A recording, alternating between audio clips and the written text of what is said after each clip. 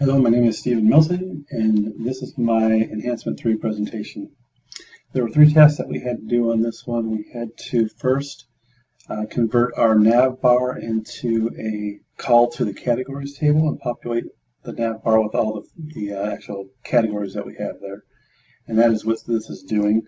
We had to add the home manually, as that is not in the categories table. So that's the first thing that we included, and then we include all the rest of the categories. And this has to work on all the screens, so this was put in the header to do that. The next screen we had to create was a login screen, and this is access to your My Account link. So we click on My Account, and you'll notice up here it takes me to action equal logins, the value pair that's being sent back to the index PHP to call the login screen. So as you can see, this is a fully functional screen. It's got the email address. It is required, so if you tried to log in without that, it would tell you this has got to be filled out first. So if I'll put something in there, whatever, and if I did it again, it tells me, oh, the password has to be filled as well, so I'll fill that in. And I click on login.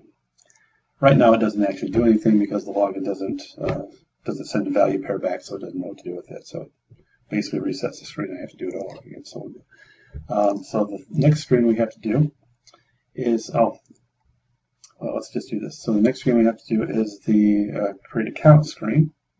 So this is the registration screen. So we'll go and click on that, and I'll take you to the registration screen. You'll see up there the action with the registration. So once again, we make the call back into our index PHP, and then it looks and sees what we're supposed to do if it's the action of registration. So here's all these fields once again are required.